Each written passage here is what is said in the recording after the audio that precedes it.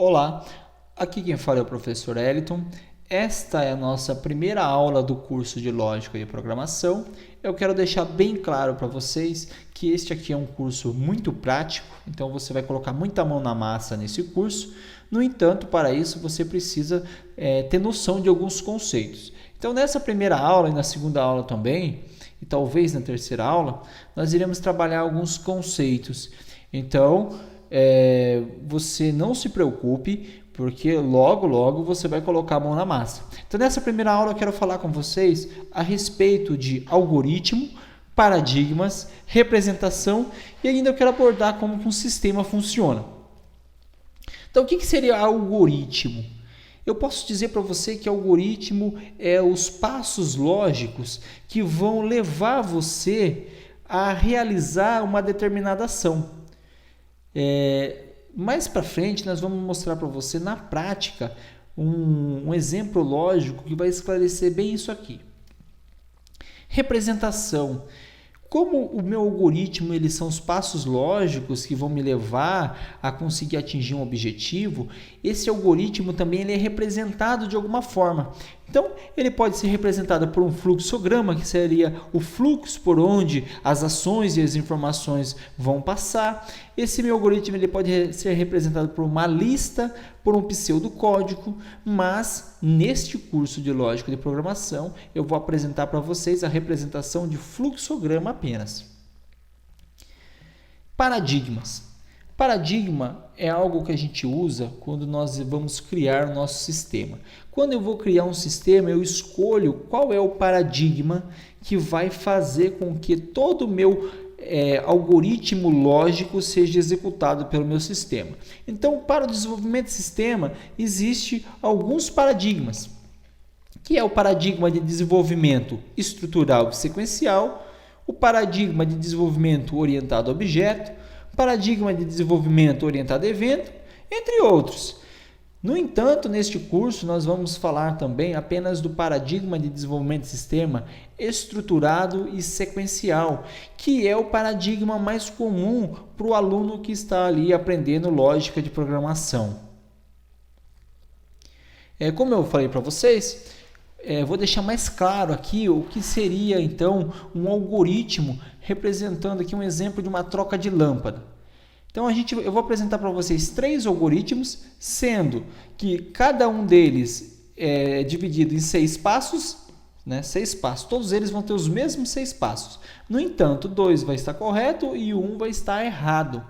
Esse aqui é um correto. Eu quero trocar uma lâmpada. Eu pego a lâmpada, eu posiciono... corta isso aqui, Nikita. Eu pego a escada, posiciono a escada embaixo da lâmpada, eu busco a nova lâmpada, eu subo na escada, eu retiro a lâmpada velha e eu substituo pela lâmpada nova. Então, o meu objetivo, que era trocar a lâmpada, foi atingido por esse meu algoritmo. Nesse próximo exemplo, é um exemplo onde eu não atingi um objetivo. E aqui eu não atingo o objetivo porque eu não respeito a ordem lógica das coisas. Então, assim como na vida eu tenho que respeitar uma ordem lógica para realizar uma ação, quando eu vou desenvolver um algoritmo computacional, eu também preciso respeitar essa ordem lógica. Então, aqui, por exemplo, eu busquei a nova lâmpada, eu posicionei a escada embaixo da lâmpada. Só que como que eu posicionei a escada embaixo da lâmpada se eu ainda nem tinha pegado a escada? Ou como eu coloquei a lâmpada nova sem ainda ter retirado a lâmpada velha? Então aqui, e como que eu subi na escada depois que eu já retirei, que eu já substituí a lâmpada? Então você vê que é nítido que os mesmos 6 passos que atingiu o objetivo no algoritmo anterior não nos levou a atingir o objetivo aqui, pois nós não respeitamos a ordem lógica. E eu não posso, então, mudar a ordem lógica das coisas? É claro que eu posso mudar a ordem lógica, só que elas têm que ser precedentes uma outra e elas têm que ser respeitadas de uma forma que eu atinja o meu objetivo. Então, respeitar uma ordem lógica.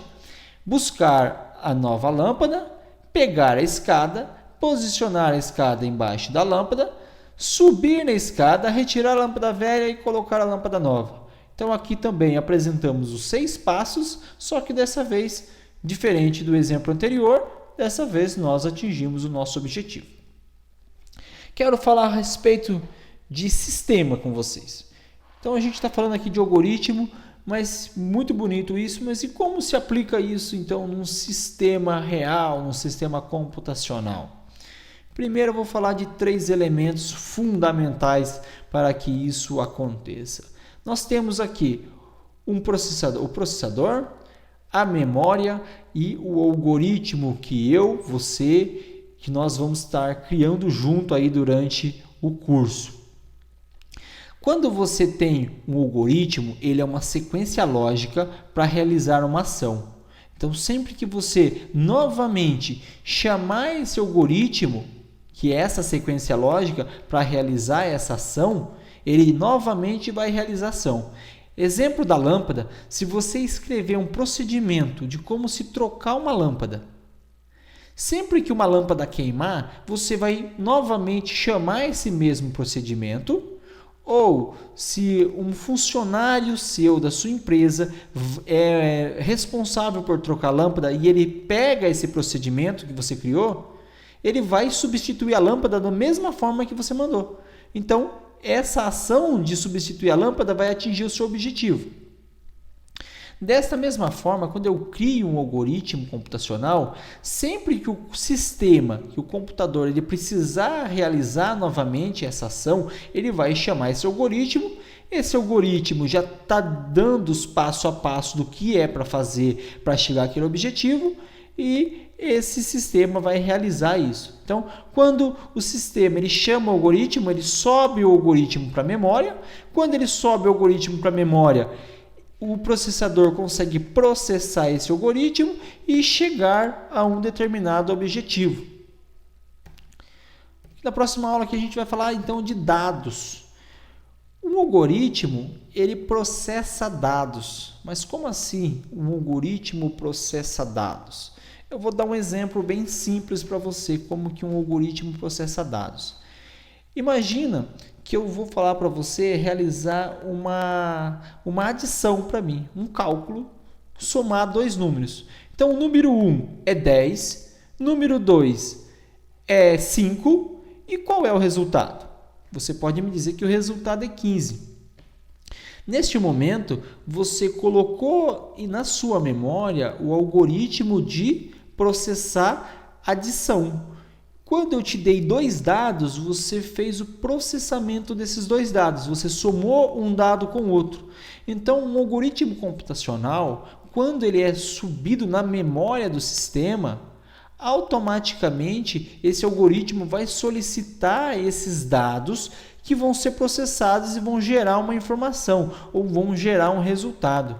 Então, da mesma forma como a mente humana processa dados, o meu algoritmo computacional também processa dados. Então, você criou seu algoritmo, subiu ele na memória, ele solicita os dados necessários e assim que você informa os dados necessários para ele, o processador realiza então todos os passos lógicos definidos e atinge o objetivo que foi previsto, que foi definido.